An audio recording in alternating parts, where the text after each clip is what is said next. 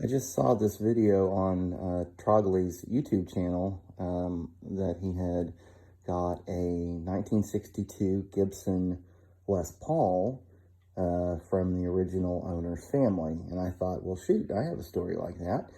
So my father purchased this 1961 Gibson SG Special, brand new from Jenkins Music Company in Topeka, Kansas in early 1962. It had been hanging around unsold. I asked him, didn't they have some of those older single cutaway arch top carved Les Paul standards with the fancy chrome pickups? And he said, yes, they did, and I didn't want one because it was ugly and those chrome pickups were too loud and they weighed far too much. And I said, oh gosh, what did you pay for this with a case? And he said, as I recall, 260 bucks or something. And then the actual Les Paul standards, not the shape, the single cutaway, they were like 75 bucks more. So, dang it all, swing and a miss. Wish I would have had the other one. But anyways, so Dad had this. This was one of my earliest memories from the early 70s, being a tater tot. We lived in St. Joseph, Missouri, and he had his Silvertone Twin 12 combo amp. It was a 1474 model, I believe, and he had that and a coiled white cord and this guitar, and he would kind of sulk and go down in the basement, drink, and then he would play surf tunes on this, earliest memory. And he had purchased this because he was in a surf band and around Topeka, Kansas. And when he was dating my mother, she got to carry the extremely heavy amplifier, and he got to carry this. So over the years, I know that up into the 80s, he still had the whole rig.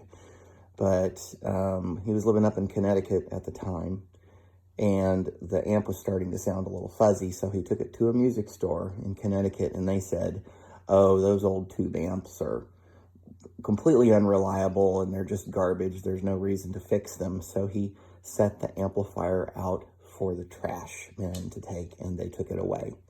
I didn't find that out for many years, and then when he told me, I was just was so sad, because like I said, that was kind of part of the mystique. I remember him turning the amp on, and I saw the pilot light in the back, and I saw the tubes glow, and I wanted to touch them, and he said, don't you dare touch those tubes. They get hot and you'll break them. So let's see. So he played this when he was going to KU in Lawrence, Kansas, back in the early 60s. And I know that at one point in time, they took that 1474 amp and hung it out the window, the second story window, by the handle from one of his dorms, and they hooked a microphone up to it, and I don't know if they were using it for announcements or something, but at least they didn't do that with this guitar. So this is as it was. It came with flat wound strings on it, and then I had it set up and had round wounds put on it, and then at some point in time, I didn't want to have those on there. I never really played it. I don't like SGs. They hang funny, they neck dive. Not really the biggest fan of P90s. I know this is completely sacrilegious, and there's people who would love this guitar. It ain't me. So you're like, what do I like? Well, this is a guitar I built in 97, and I play constantly, and I'm just kind of a grimy kind of guy, and that's, Eddie Van Halen was my main influence, not Angus Young. So, anyways, let's see. So, there's some finished checking on here. I don't know if you can see it, but there's the headstock. Those are the original tuners. They seem to be in pretty good shape. I mean, they were never, they didn't fade. that's the original nut, the original truss rod cover. There's literally no fret wear. Not surprising because it spent 99% of its life with flat wounds on it. Original pickups, they do both work. Here's this tailpiece, and as you see, you know, Dad probably filled around with it and, you know, kind of mucked it up a little bit. Finish wise, let's see, you know, there's some dings around here. I mean, it was played. Original knobs, they've never been off that I can tell. Original switch and original pick guard, and it's like most of them, it's starting to kind of pull up. I'm sure you can, maybe you can see, but that screw's kind of pulling inwards. But the thing plays like a dream. Action is super nice, and you know, if you wanted an SG, this would be the one to have, but this one's family and it ain't going anywhere. So here's the back of the headstock. So I'm pretty sure that's a 1961 serial number. I've looked it up before. A little chewed up there. Not too bad there. Clean as a whistle. Never dropped. I think you can see some of the finish checking there. Look at the heel. Nothing. Original binding. Not too much belt wear or belt buckle. There's the original control plate cover. Yeah, this is it. And the case that came with it kind of looked like, it was a chipboard case. It was a Gibson chipboard case. Sort of like an alligator brown finish. It's in storage, and I keep this in a hard shell Epiphone SG case because it just provides better protection. But yeah, I still have the original case that he purchased, and he bought the chipboard case because it was the cheapest option.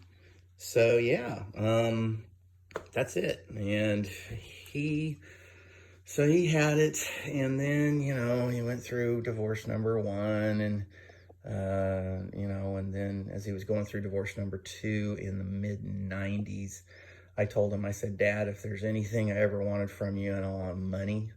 I don't want anything from you. The only thing I want is this guitar, because it's, like I said, it's one of my earliest memories of anybody playing a guitar. That's all I want. So it was stuck up at a house he was living at with my stepmother at the time in Omaha, Nebraska.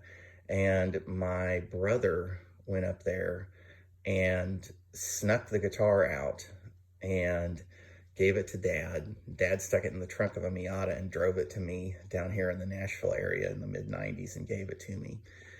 And so I've just kept it all these years, and it's not for sale, of course. It's just going to stay in the family. My oldest son can play guitar, but doesn't do it a lot. And then my youngest son does play guitar, and, you know, maybe he'll be into it. So it's just going to kind of hang around. Didn't really have the best relationship with my father. He was an alcoholic, and, you know, he was kind of a mess, but he stayed dry for about 25 years. And, well, then he married a stripper from Topeka, Kansas. And, well, you can kind of imagine how that went. She actually died from cirrhosis when she was in her late 30s, predeceased to my father, who was in his 70s. Jesus.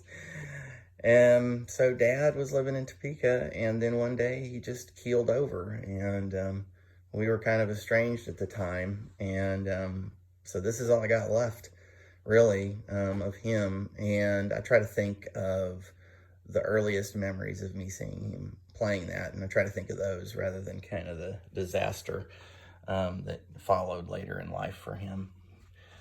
It was a hard life. But yeah, so there you go. Yeah, not too exciting. It's just an SG special, but original family, yeehaw.